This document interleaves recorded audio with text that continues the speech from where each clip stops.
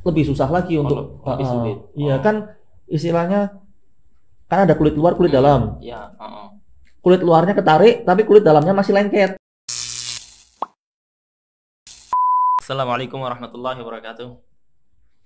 Sahabat yang dimuliakan Allah Subhanahu wa taala, kita insyaallah kali ini di ruangan studio kita bersama kita sekarang ada Dr. Ahmad Zaim Muhtar Mahfudin. Ya, beliau kita sapa dulu. Assalamualaikum dokter. Waalaikumsalam warahmatullahi wabarakatuh, Ustaz. Ya, Masya Allah. Ini beliau, mohon maaf ini kita agak telat.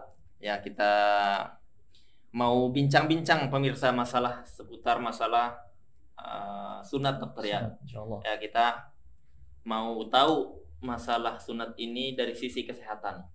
Ya, dari sisi kesehatannya.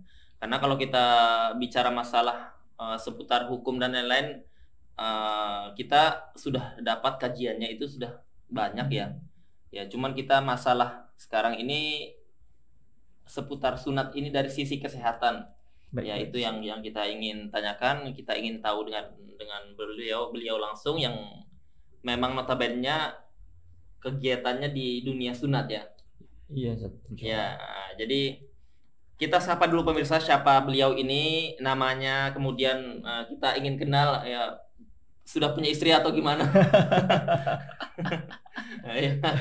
Ya, Dok, silahkan diperkenalkan namanya dokter. Baik, jazakallah. Ya. Assalamualaikum warahmatullahi wabarakatuh. Assalamualaikum. Perkenalkan, nama saya Ahmad Zaim Muhtar Mahfudin, tapi biasa dipanggil Zaim. Saya dari kecil sampai hari ini di Pekalongan, Ustaz. Jadi lahir sampai sekarang di Pekalongan. Cuman waktu saya kuliah di Semarang. Jadi di Semarang pas kuliah aja? Pas kuliah saja. Dari SD, TK, SD, SMP, SMA di Pekalongan. Jadi sudah nggak asing dengan wilayah Pekalongan. Iya. Tapi kalau saya lihat wajah-wajah Jawa nggak ada, wajah-wajah Jawanya nggak ada ini. Mungkin karena lingkungan saja. Karena lingkungan juga ya. Ya, saya pikir Arab tadi. Soalnya kan di Pekalongan kan juga banyak keturunan Arabnya. Iya, Masya Allah. Ya, lanjut. Untuk alhamdulillah, Ustaz, saya sudah dikaruniai istri dan anak. Sudah ada ya? Iya, alhamdulillah ini anak satu. Ini insya Allah akhir November ini atau insya Allah awal Desember mau yang kedua. Mau yang kedua apa ini, istri atau anak ini? Bukan, anaknya. Anak. Ini bingung pemirsa ini, perjelas. Iya. Oh, jadi anak ini insya Allah ya. Hamil 36 minggu. 36 minggu. Itu berapa bulan berarti ya? Berarti sekitar hampir 8 bulan. Oh, akhir sudah ya. Akhir ya, sudah besar ya. Yang mudah-mudahan dimudahkan. Amin. Ya. Kalau di Timur Tengah itu kalau akhir bulan mereka banyakin minum susu dengan kurma. Susu dengan kurma. Iya, itu menguatkan rahim katanya. Iya, Dok. Ya kita terlepas dari kegiatan ini keluarga dengan ini anak istri, kegiatan profesi ini itu sudah ditekuni berapa lama? Kalau saya itu lulus tahun 2019 awal. Januari. 2019. Ya, dari Januari 2019 awal. Terus saya melanjutkan langsung pertama-tama sih saya masih di Semarang. Sambil nyambi mengajar di bimbel. Kemudian saya melanjutkan di Pekalongan sampai saat ini. Itu di Semarang jurusan apa ngambilnya? Sama kan fakultas kedokteran. Habis saya lulus, saya lulus, terus saya kan ada bimbingan belajar untuk adik-adik kelas untuk menghadapi ujian akhir. Nah, saya ikut menjadi tutornya. Cuman berapa bulan saja, kemudian saya lanjut di Pekalongan. Itu di jurusan kedokteran, maksudnya dokter kan banyak ini ya, dokter umum ini. Iya. Kalau di jurusan kedokteran itu sendiri, semua dokter spesialis itu akan melewati fase yang namanya dokter umum. Iya. Jadi awal sekolah itu selama sekitar 5-6 tahun, itu setelah itu kita akan dapat namanya gelar dokter umum. Setelah berapa? Sekitar 4-5 tahun. Oh, dokter umum.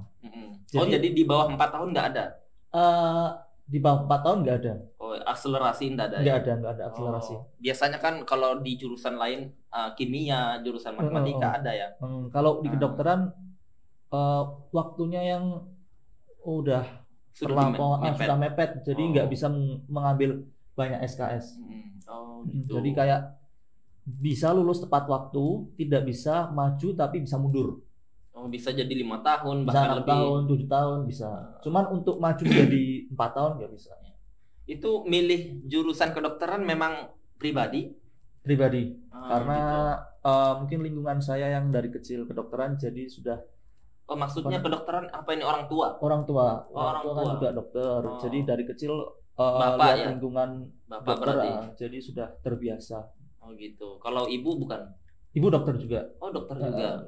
Oh gitu. Berarti bapak ibu memang sudah dari awal dokter di Pekalongan juga? Di Pekalongan juga. Oh sama. Tapi beda jurusan bapak ibu sama? Kalau bapak dia sekolah lagi menjadi spesialis anak. Oh spesialis anak. Kalau ibu masih sama saya dokter umum. Dokter umum. Gitu. Itu berarti kalau misalkan kita yang rumor ini didengar gitu di luar itu dokter itu ya sulit.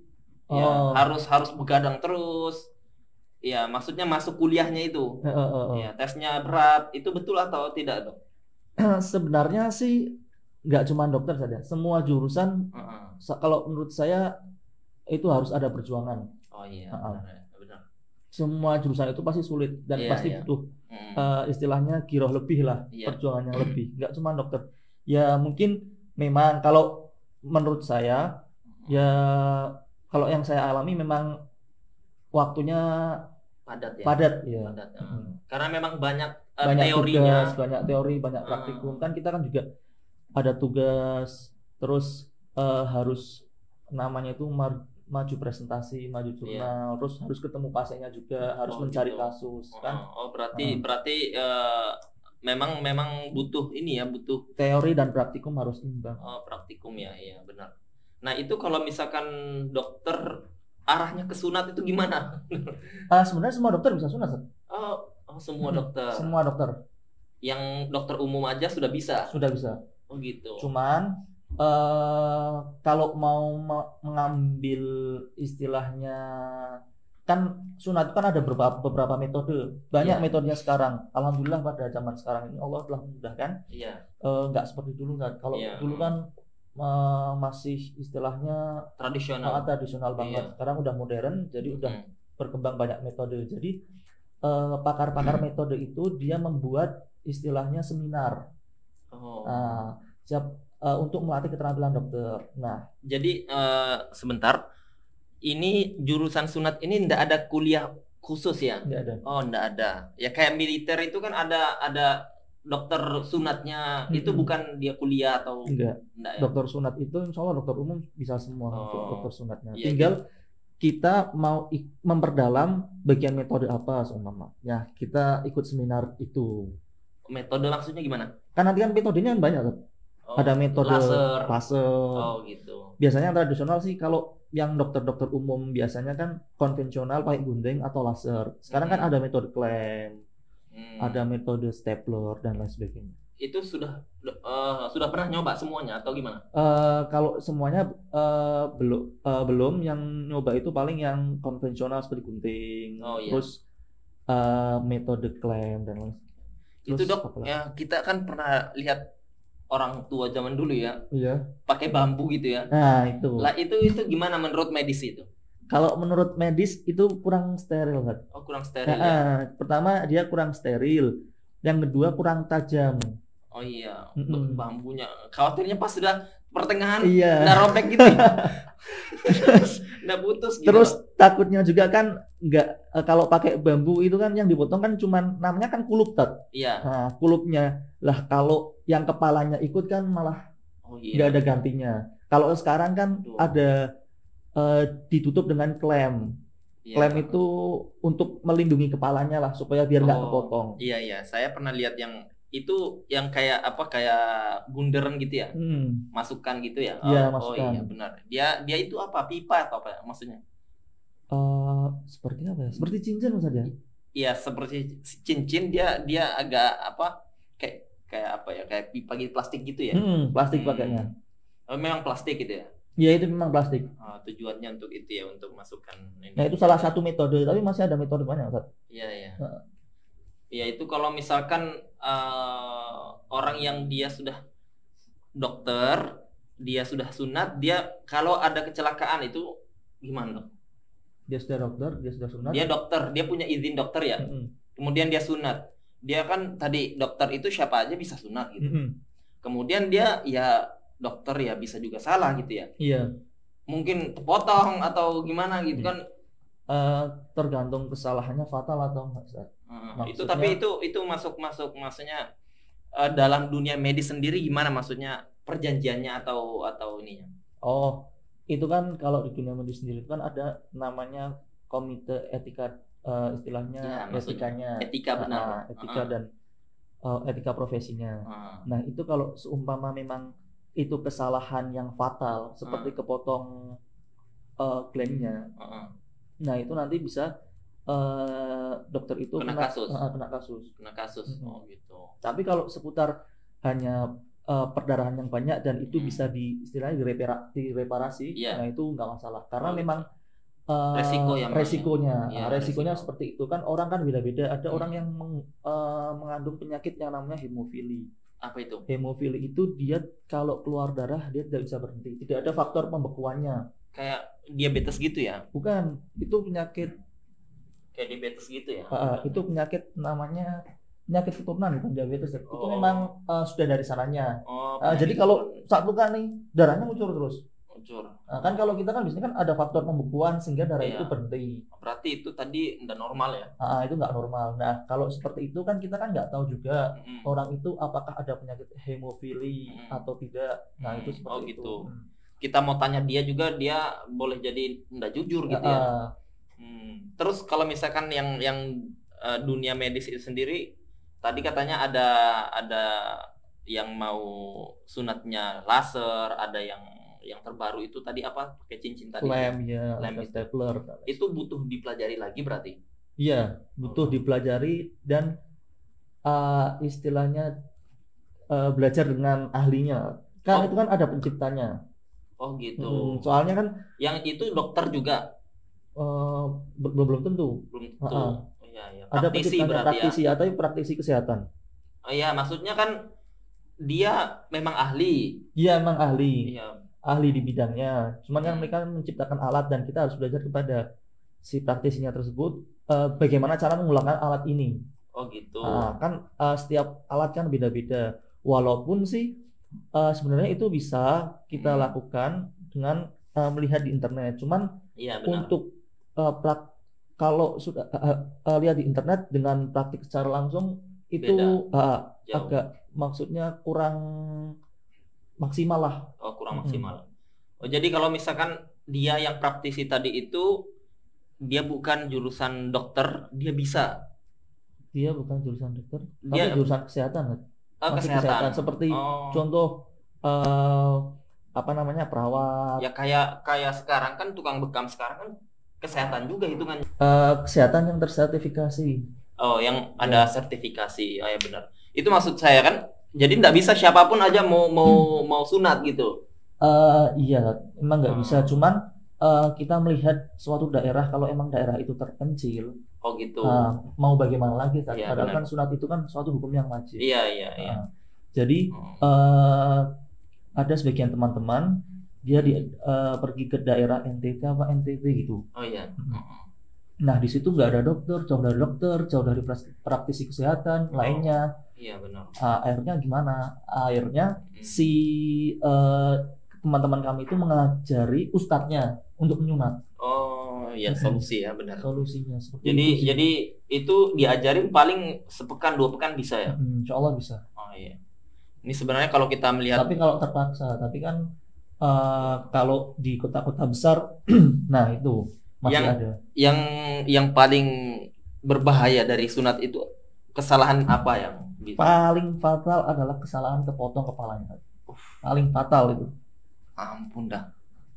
Soalnya untuk reparasinya susah, hampir nggak bisa. Waduh, itu dibawa diketok magic juga nggak bisa dong. Iya. Ya. Itu namanya Kepala amputasi kepala. Ampun dah. Berarti Itu yang kalau paling fatal. iya, jadi kalau misalkan kita mau, kalau ada orang yang dia mungkin robek atau ini kan bisa dijahit ya. Iya, bisa dijahit. Kalau itu ya nggak bisa. Kalau infeksi masih bisa dikasih obat. Kalau terpotong ya Kalau potong sudah. Alteco dah. Iya. Masuk rumah. Harus dikonsulkan ke dokter yang lebih ahlinya. Itu Dokter tapi bedah. nggak mati itu ya? Kenapa? Nggak sampai mati orang gitu? Kalau mati enggak kan? Oh enggak ya?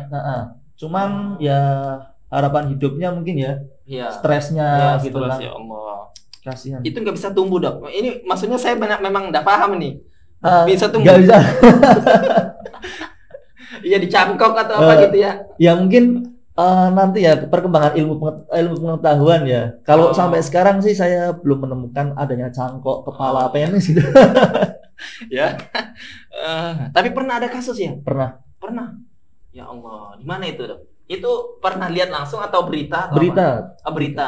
Waktu itu pernah ada kejadian di Pekalongan tapi kurang tahu di mana. Oh, di Pekalongan. Maksudnya itu memang ahli atau cuman ada orang gitu nggak punya basic, nggak punya? Kurang tahu itu.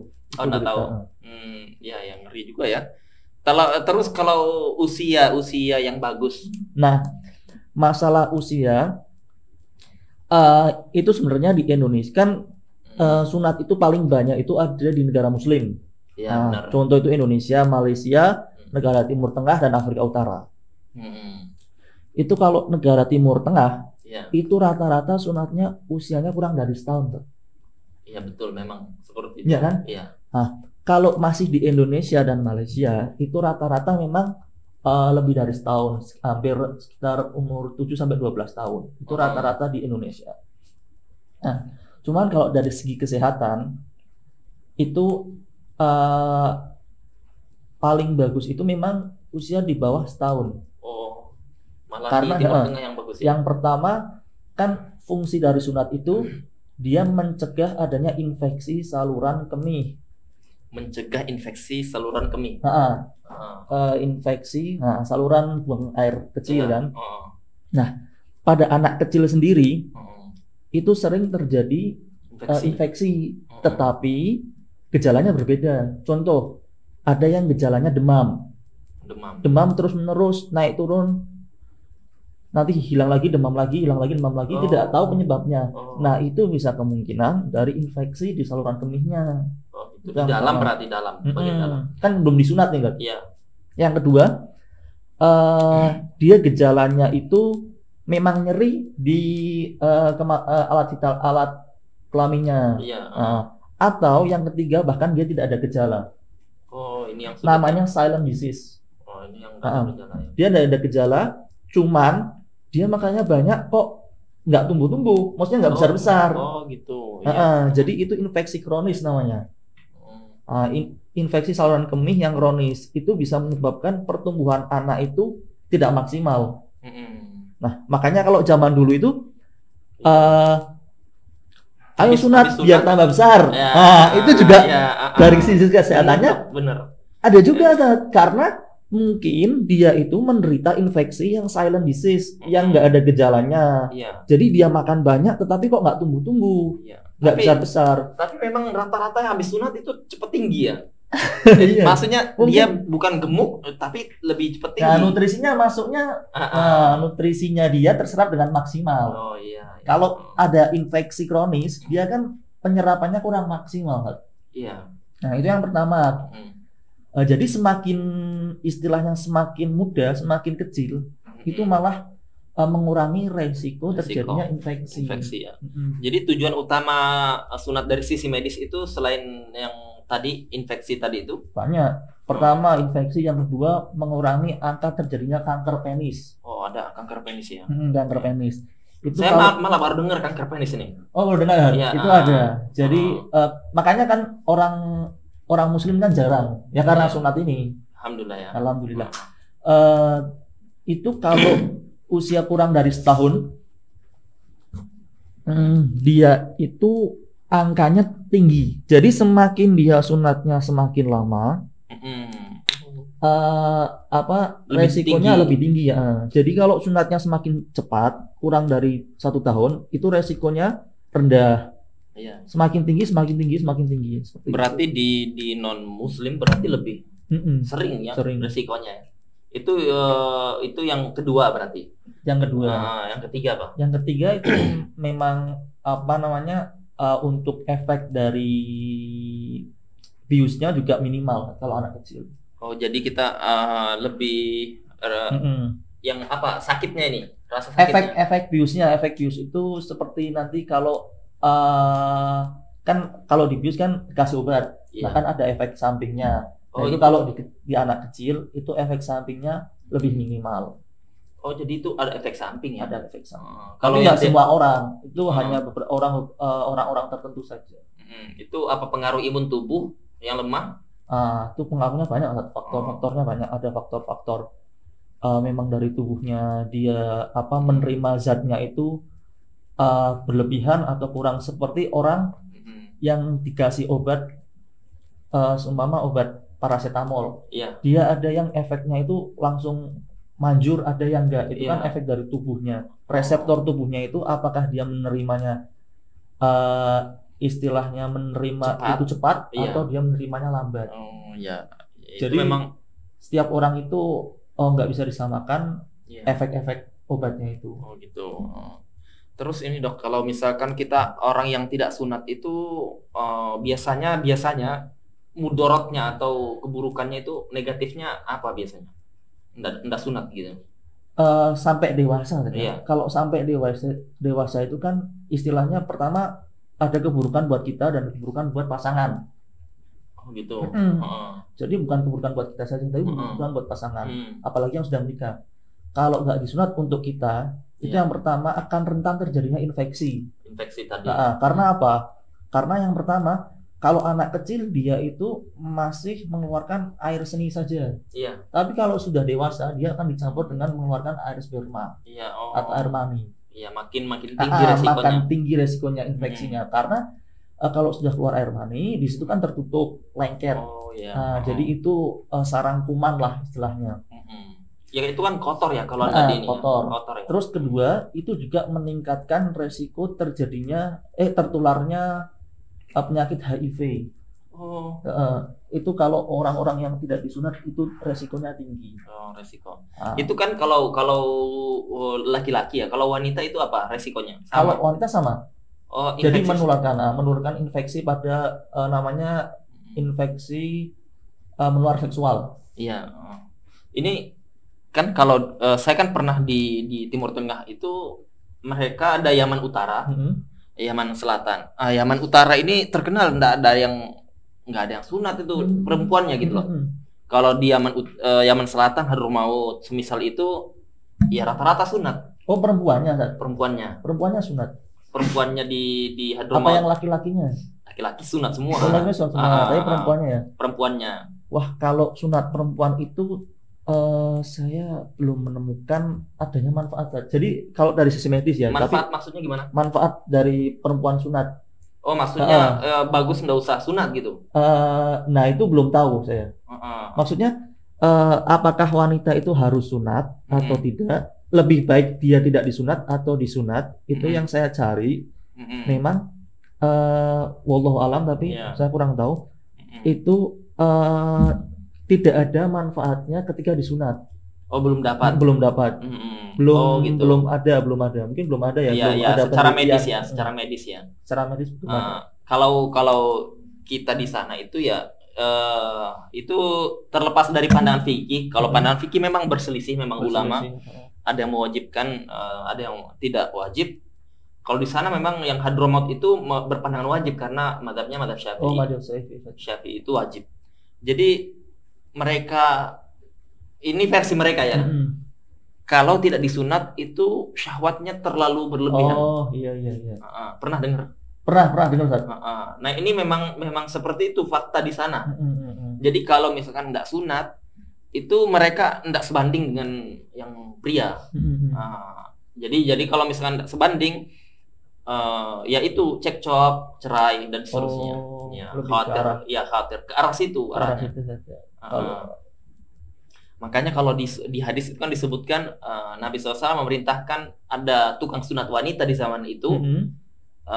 Kemudian disampaikan, wahai para tukang sunat itu wanita, jangan kalian berlebihan dalam sunat wanita. Berarti zaman itu sudah disunat wanita.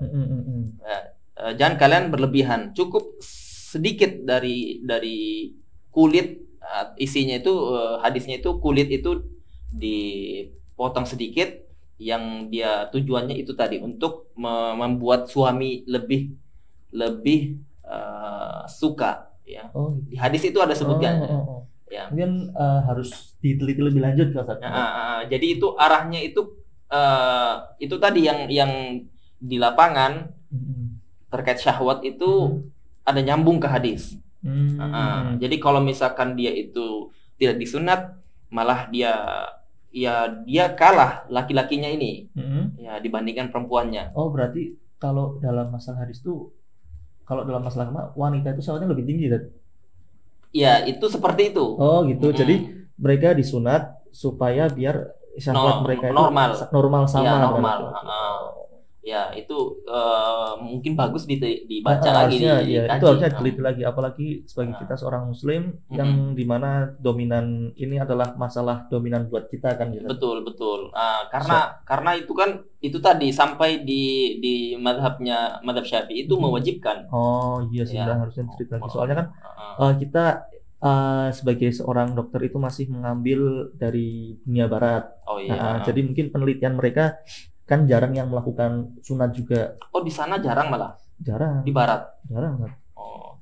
Bahkan sunat laki-laki itu jarang. Angkanya itu kalau di Eropa itu kecil, kan? Di Amerika gitu. Masih agak lumayan besar. Kalau di Eropa itu kecil angkanya.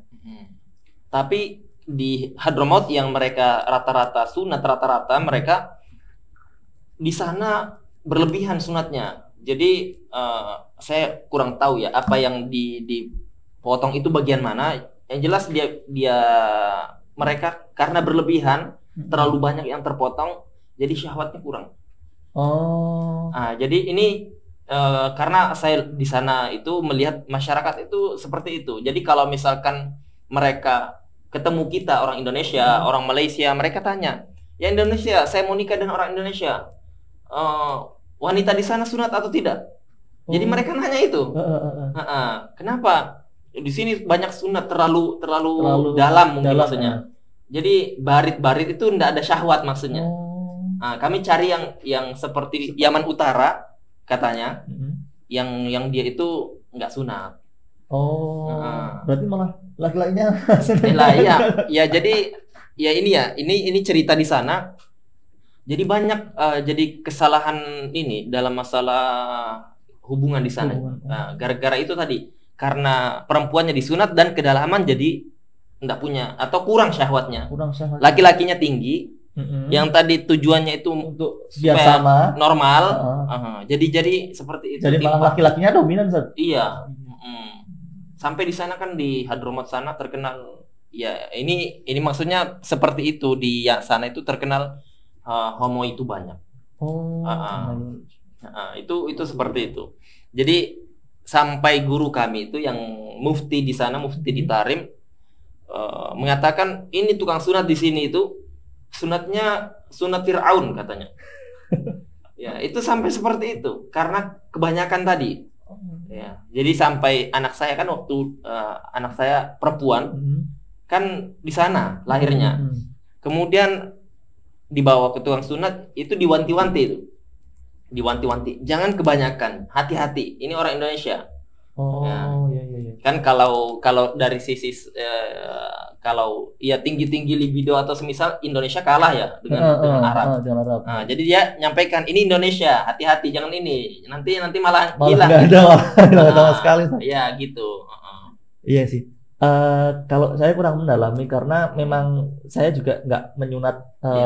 Harusnya ini dokter-dokter muslimah ya saja yang harus benar. Istilahnya mereka menggali lebih lanjut, melakukan penelitian dan belajar lebih lanjut. Di Pekalongan ada dokter yang muslimah yang sunat? Saya belum tahu. Saya nggak tahu. Jarang ya kayaknya. Jarang sih. Orang waktu saya pendidikan saja jarang dikasih ada sunat wanita, itu jarang sekali. materi maupun praktikum sangat jarang, gitu. hampir nggak ada malah. Oh, jadi kuliah sudah ada pelajaran sunat? Udah ada pelajaran sunat. Oh gitu, ya. Bukan ini ya, bukan masuk bedah secara umum atau gimana? Masuk bedah, cuman kan memang kuliah kan ada mata pelajaran bedah, ada anak. Tapi kita materi yang superficial, yang bisa bedahnya itu istilahnya bisa dilakukan oleh dokter umum. Seperti contoh menjahit luka. Nah, kalau ada orang terluka kita jahit, nah itu masuk materi bedah tapi yang superficial. Nah, kita dokter umum bisa melakukan. Sunat pun seperti itu. Itu dok, bedah kalau minor, misalkan semisal di pondok kita, kami ingin belajar seperti itu bisa ya? Maksudnya tanpa basic dokter atau semisalnya kesehatan? Belajar cara menyunati gitu.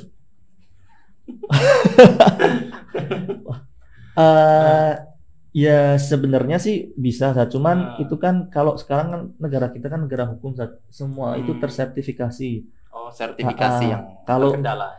Kalau seumpama melakukan itu dan ternyata gagal, ada kesalahan itu bahaya.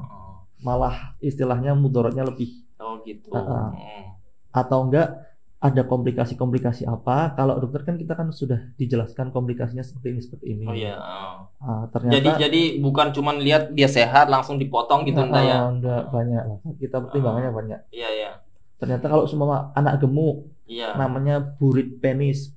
Burit itu penis itu istilahnya penisnya dia normal, cuman anak gemuk sehingga tertutup lemaknya banyak. Lemaknya banyak sehingga kelihatan kecil. Nah, itu kan perlu teknik khusus. Oh, itu tertutup ya? Tertutup. Itu kan perlu teknik khusus. Jadi kalau terkendala adanya sertifikasi itu hukum. Tapi penting, sertifikasi ini justru penting sekali dunia medis ya. Iya, di dunia medis ya, benar. Karena adanya sertifikat itu istilahnya membuat kita menjadi legal. Ya benar. Jadi tidak semuanya siapapun boleh ini gitu ya. Kecuali kalau dalam keadaan darurat. Ya benar. Saya kan pernah tanya dengan, mungkin kenal Dokter Anto. Alhamdulillah Dokter Sumarwanto, spesialis penyakit dalam ya. Benar. Saya kan kalau misalkan ketemu beliau nanya gitu. Dok, ini kalau misalkan saya ini belajar agama.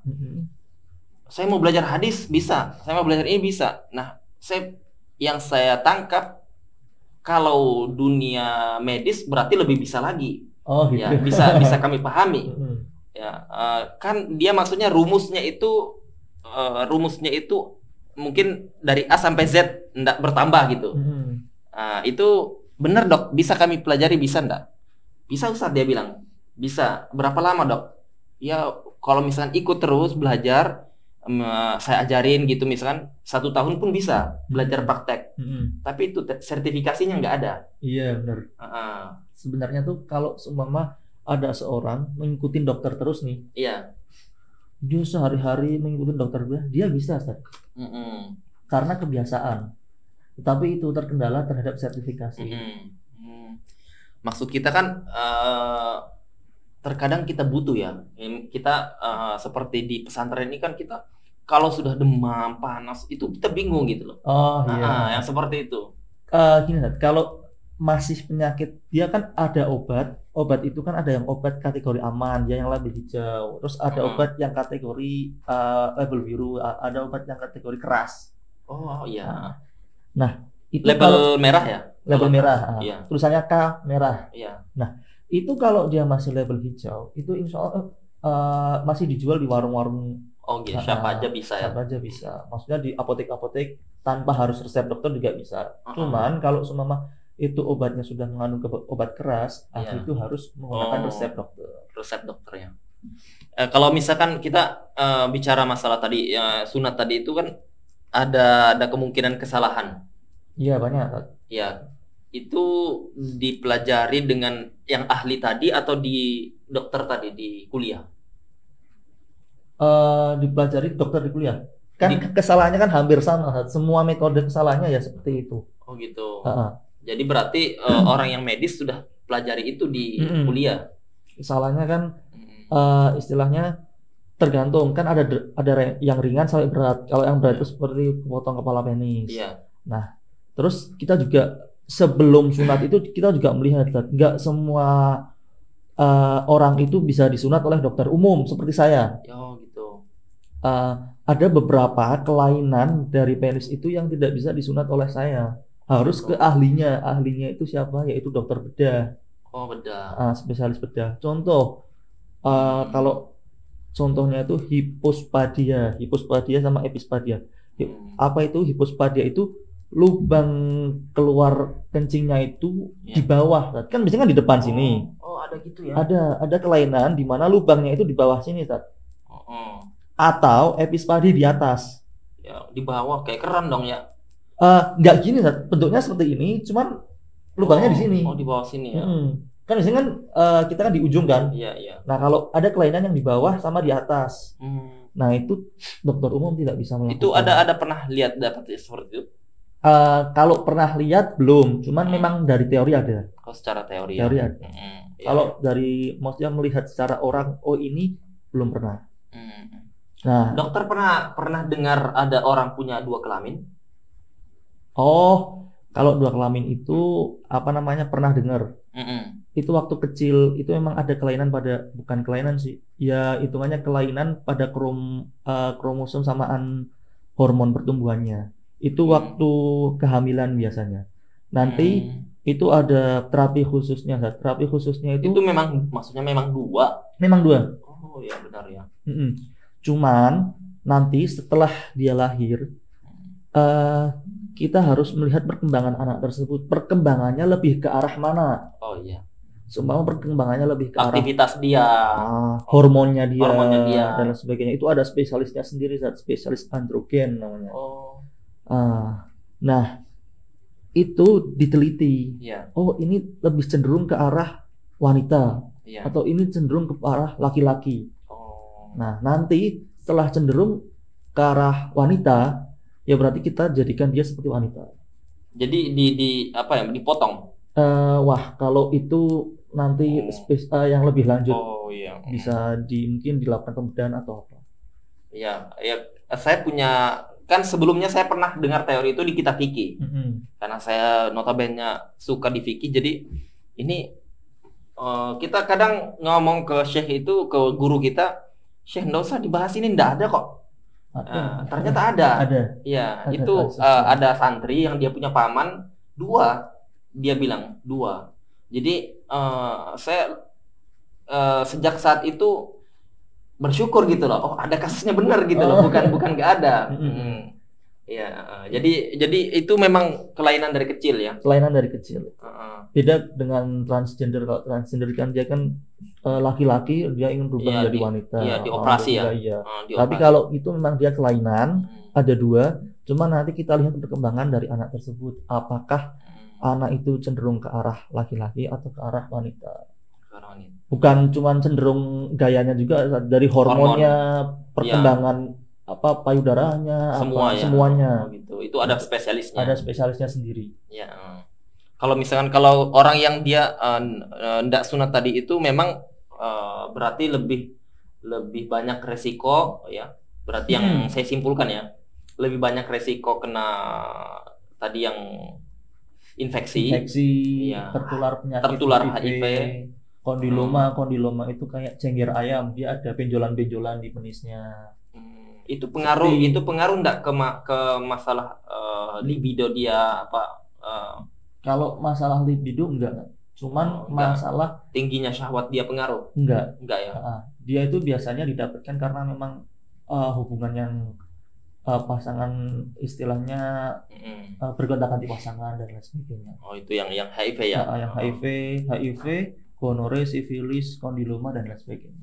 Iya. Kalau dokter pernah dapat kasus yang maksudnya yang sulit atau ketika sunat itu kendala belum pernah. Waktu awal itu gimana? Awal kali nyunat? Awal kali nyunat itu saya cuma lihat aja. Enggak gemetar. Saya kan kalau awal itu saya nggak berani nyunat langsung. Saya melihat terlebih dahulu. Jadi melihat istilahnya kalau dokter yang nyunat? Bukan, saya nggak nyunat. Awal kali dokter lain melihat, cuman saya melihat. Kemudian saya jadi asisten. Iya. Asisten itu bukan operator utama, jadi yang mengasisteni dokter untuk melakukan sunat. Jadi ya bersamai terus. Bersama. Terus habis itu baru saya melakukan sendiri. Itu sudah di luar kuliah? Di luar kuliah, bukan di luar kuliah. Di luar kuliah berarti. Itu berapa lama, Dok? Setahun? Ya, hampir. Enggak setahun sih. Itu memang tujuannya memang tahapnya seperti itu atau enggak? Sebenarnya tahapnya itu boleh langsung melakukan. Oh, boleh. Karena sudah teori ya. Karena sudah teori. Tinggal berani saja. Cuman kan istilahnya kalau teori dengan praktikum kan beda, Ustaz. Saya teorinya saya harus melakukan ini, kemudian melakukan B, kemudian melakukan C. Ketika melakukan praktikum, kok ternyata kok seperti ini ya? Iya, beda. Kok seperti ini ya? Kok seperti ini ya? Kan hampir tidak ada di teori. Oh, gitu. Jadi memang kita harus. Oh, ada juga gitu ya? Kita matangkan teori dulu. Oh, tahu nih teorinya. Kemudian kita melihat, terus menjadi asisten dan melakukan. Itu nggak diajari kalau melihat itu nggak diajari di waktu saya sekolah itu apa namanya kayak ikut pribadi. Ikut ada surat masal ikut gitu loh. Begitu. Memang seperti itu. Jadi berarti setelah sudah lihat nyoba sendiri pertama kali itu enggak takut atau apa? Pertama khawatir kali salah. Kan dibimbing kan. Ada pembimbing. Waktu itu alhamdulillah ada yang membimbingnya sih. Oh ini terus akhirnya. Oh gitu. Ya dia kan misalkan kita pertama kali digunting langsung dia teriak ya kita mungkin nervous gitu. Enggak ya? Enggak, kan dicek dulu. Oh, iya. Kan habis itu kan dicek terlebih dahulu, enggak langsung main gunting. Kan ada tahapnya. Dibius. Habis itu kita harus bersihkan dulu dalamnya. Betul. Setelah itu kan kita cek, "Dek, kerasa nggak?" Iya. Oh, nggak kerasa. Sudah dibersihkan. Terus kita pastikan, intinya kita pastikan bahwa kepala penisnya itu aman. Oh, itu paling pertama ya? Paling pertama. Itu paling penting. Ya pakaikan helm dulu atau apalah ya. Intinya, oh ini aman. Sudah nggak apa-apa. Gitu. Penting. Soalnya kalau nggak aman kan bahaya, nggak bisa balik. Kalau yang lainnya kan masih bisa. Ya itu tadi dilem LTO berarti. Direparasi. Itu kan kalau kita disunat itu ditarik apa sih namanya itu diginikan gitu loh. Di apa sih namanya supaya dia bersih. Bukan dia jadi kulitnya itu biar dipisahkan dari kepalanya tadi itu. Itu apa sih istilahnya katanya itu kalau sunajin ya? Sunajin bukan. Ya saya nggak paham juga itu kalau misalkan mau sunat harus dipisahkan dulu dari ininya. Iya, dari kan sering terjadi perlengketan. Ya lengket itu maksudnya. Nah, ya itu. Makanya untuk memudahkan, nanti kalau sudah digunting nanti dia lengket, malah susah dia. Jadi sebelum digunting itu kita bersihkan biar nggak lengket. Iya. Jadi sampai kelihatan leher penisnya. Nah iya itu. Dibersihkan dulu itu kan dari namanya smegma. Smegma itu kotoran-kotoran yang menyelimuti itu sampai bersih sehingga tidak terjadi perlengketan. Sehingga nanti setelah digunting buka, nggak lengket maksudnya. Karena mau dijahit kan ya? Karena mau dijahit. Kalau terjadi pelengketan lebih susah lagi untuk. Lebih sulit. Iya kan istilahnya kan ada kulit luar, kulit dalam. Iya. Kulit luarnya ketarik, tapi kulit dalamnya masih lengket. Nah kita harus membersihkan kulit dalamnya juga. Kan itu kan lebih susah. Mending awalnya kita agak membersihkan dulu. Malah itu yang sakitnya itu di situ kadang orang yang sunat itu. Sakitnya karena itu bukan sakit sebenarnya, itu geli. Oh geli ya. Karena kalau mohon maaf itu kan sensitif ya. Nggak terpapar dunia luar lah. Jadi dia jarang terpegang. Kalau orang yang sudah sunat lama-lama ya terbiasa. Kalau orang yang baru pertama kali kan dipegang kan rasanya geli. Oh iya benar.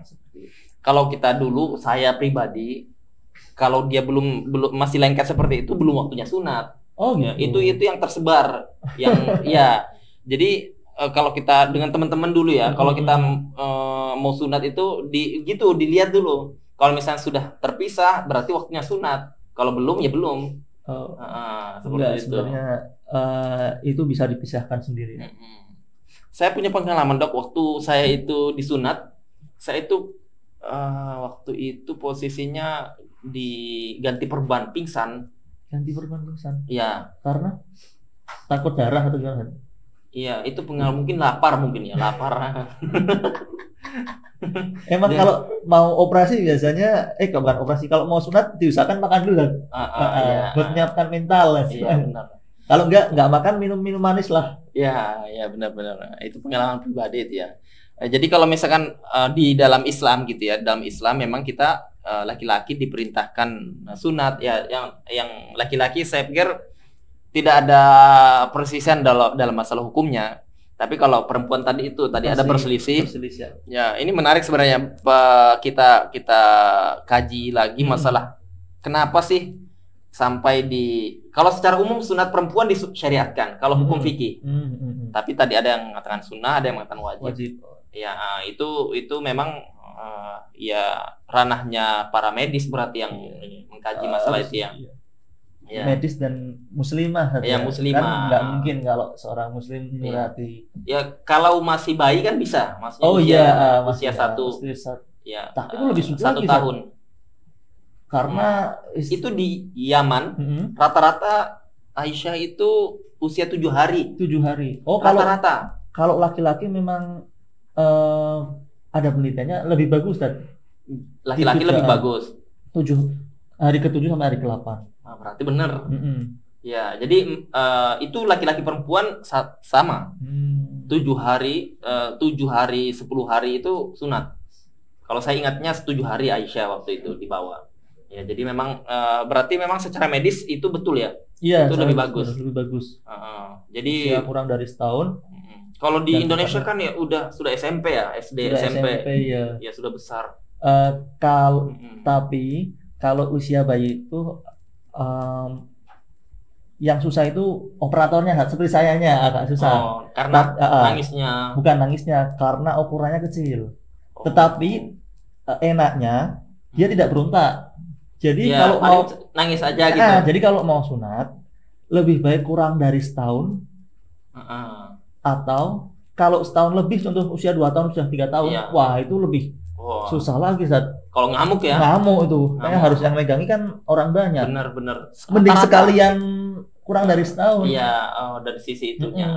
Jadi kalau pas lagi ini dia ngamuk, potong dah. Kan harus hati-hati. Mungkin ada ya kasus gitu ya? Ada aja kasus yang maksudnya dia gara-gara goyang gitu. Kalau saya belum pernah menemukan. Jadi kesalahannya ya kesalahan anak ini berarti. Kalau alhamdulillah Zat, itu kan kalau dulu pakai gunting. Iya. Metode zaman dulu lah. Oh iya. Kalau sekarang kan metodenya banyak. Oh iya. Ada yang pakai gunting, pakai laser. Terus ada yang pakai Saya belum pernah lihat pakai laser itu diapain? Hampir sama kayak gunting. Jadi panas berarti pakai panas. Kalau pakai laser kan dia kalau pakai gunting kan dia gunting. Kalau pakai laser itu pakai istilahnya itu flash cutter. Dia itu ada besi panas. Kalau besi panas itu kena kulit, nanti kulitnya kepotong. Langsung. Langsung. Yang berbeda itu ada metode lagi yang tanpa jahit sama tanpa jahit. Jadi tanpa perban. Yes, UAS itu seperti itu. Jadi dia pakai yang pipa itu pipa. Jadi dimasukkan dulu. Iya benar. Ya dilipat. Itu nanti digunting tok.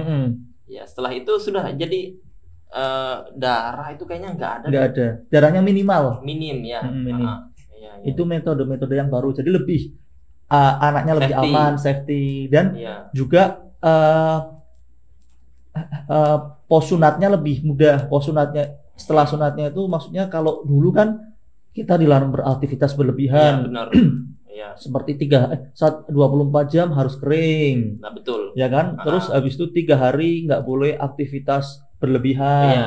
Tapi alhamdulillah dengan adanya metode yang baru itu sudah bisa langsung malah harus berendam saja. Berendam.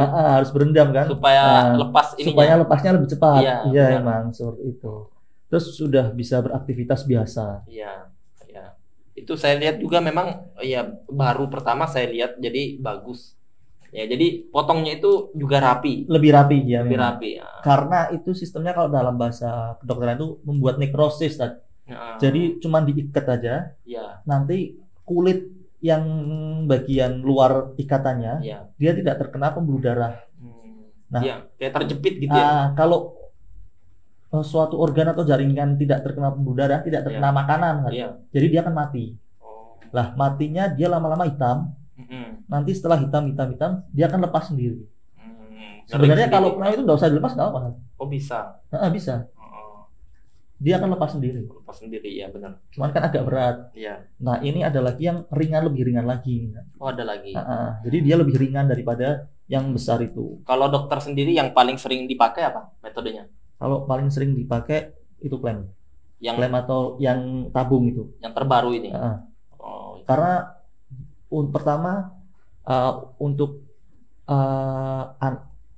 pasiennya juga lebih nyaman, nggak terjadi perdarahan, terus hasilnya lebih bagus. Oh, lebih bagus ya. Terus dengan itu lebih melindungi kepala penis, safety-nya itu yang paling pertama itu ya. Tinggi. Jadi kita juga nggak khawatir. Terus tindakannya pun lebih mudah. Setelah itu juga cepat sembuh ya. Lebih cepat. Setelah itu juga anak bisa langsung aktivitas seperti biasa. Itu kalau yang orang sunat kan rata-rata yang paling sakit tuh disuntiknya itu. Ya ampun, ya Allah, kalau disuntiknya itu sampai sekarang teringat saya. Jadi disuntik atas bawah kalau enggak salah itu. Kalau sekarang alhamdulillah metodenya ada yang baru juga. Oh, ada lagi. Kan kalau dulu kan pertama suntik jarum yang besar. Kalau sekarang kan jarumnya kan sudah ada yang kecil-kecil. Oh, ada. Ada lagi metode terbaru yaitu free needle injector. Jadi tanpa jarum. Oh. Jadi itu suntikan tanpa jarum, hanya menggunakan istilahnya itu nano spray. Nano spray itu kayak disemprot tapi dengan tekanan yang tinggi. Sehingga membuat obatnya itu masuk. Jadi dia betul-betul enggak ada masuk jarum. Jadi enggak ada sakit. Kaget aja. Oh, kaget. Oh, gitu. Enggak. Jadi kayak orang main bola yang sakit tuh ya, gitu bukan? Iya, cuman tekanannya lebih tinggi. Oh, lebih tinggi. Kalau mau bagus lagi, 1 jam sebelumnya diolesi. Oh, diolesi. Biar meresap. Biar meresap, maksudnya biar kulitnya itu kayak tebel gitu kan. Ya. Baru disemprot. Saya kalau diolesi itu ingatnya daun 3 jari, dokter. Itu diolesi namanya olesi bius lah, bius oles. Iya, ya. Bius oles, habis itu baru disemprot, itu nyerinya lebih minimal lagi. Hampir tidak ada. Itu dokter pakai itu? Saya lebih sering pakai itu. Cuman kalau diolesi kan terlalu lama, nunggu 1 jam. Jadi kalau harusnya itu kalau mau sunat beli itu dulu, baru di rumah 1 jam sebelumnya dipakai duluan. Jadi sudah ada instruksi sebelumnya. Harus ada instruksi sebelumnya. Oh, itu 1 jam sudah bisa, sudah maksudnya 30 menit sampai 1 jam. Ya sudah masuk ya berarti. Setelah itu enggak perlu lagi disuntik. Tetap harus disuntik. Oh, disuntik. Karena kan kalau obat istilahnya obat di sini kan cepet itunya, habisnya cepat. Oh, jadi disuntik itu sudah nggak terasa. Maksudnya agar disuntik itu nggak terasa. Ya, jadi disuntik itu biar masuk ke dalam, biar bertahan lama. Bertahan lama. Oh, iya. Itu tujuannya hanya menghilangkan rasa nyeri aja. Hanya menghilangkan rasa nyeri. Bukan yang lain. Bukan. Itu kalau kita disuntik, iya. Pengalaman dulu sih kayak berat gitu, kayak apa ya? Nggak terasa. Jadi kayak kaku gitu atau iya. Apa yang kaku maksud? Ya penis kita. Malah jadi kayak nggak. Saya pernah. Kayak berat-berat gitu, gimana gitu rasanya? Iya. Mungkin karena kebas tadi ya istilahnya kalau ke dokter gigi, kalau disuntik sini kan kerasa tebel gitu. Iya, kayak tebel itu. Iya, emang. Itu untuk menghilangkan rasa nyerinya jadi tebel. Yang menghilangkan rasa nyeri cuma tidak menghilangkan dia itu kerasa atau enggak. Jadi kalau dipegang dia masih kerasa. Cuman kalau dicubit dia enggak sakit. Kalau orang dulu kan enggak pakai gitu ya. Iya. Orang dulu yang pakai bambu itu enggak pakai ya. Enggak pakai. Ya. Ada kalau yang di Afrika itu yang masih pedalaman. Tarik, jeder. Iya. Saya pernah lihat itu videonya. Saya juga pernah lihat. Ya. Ya Allah. Itu Afrika, alhamdulillah benar. Kita hidup di Indonesia. Masya Allah itu. Ya Allah itu benar-benar kalau misalkan keliru itu loh. Itu ya. Saya juga. Aduh. Oh lihat dokter yang ditarik gitu ya. Ngepasinya gimana? Kayak motong daging ya. Ya Allah. Ya dok ini kita perbincangannya. Udah selesai. Ya kita untuk ya, kita cukupkan kita masalah sunat ini. Jadi kita sudah dapat secara medis ya, secara medis. Jadi pemirsa semuanya, sunat itu memang secara medis banyak manfaatnya, banyak sekali manfaatnya. Itu tadi infeksi pertumbuhan, tercegah dari HIV kurang dan yang lainnya lagi. Jadi kalau kita dalam Islam itu pun sama ya. Jadi kita disyariatkan untuk sunat itu memang untuk kita menjalankan agama, dan secara medis itu banyak manfaatnya, banyak sekali. Ya kita ucapkan jazakumullah khairan ya dokter, tuh sudah ada waktunya. Kita sudah bincang-bincang. Ya ini kita harapkan nanti kapan-kapan dokter ada kisah-kisah lagi untuk insya Allah kita bincang-bincang lagi. Ya, tapi paling besar beliau sudah punya istri tadi ya, jadi dicatat satu. Ya kita cukupkan, kita tutup dengan doa kafaratul majelis. Subhanallahumma wa bihamdika asyhadu an la ilaha illa anta astaghfiruka wa atubu ilaik. Assalamualaikum warahmatullahi wabarakatuh. Waalaikumsalam warahmatullahi wabarakatuh.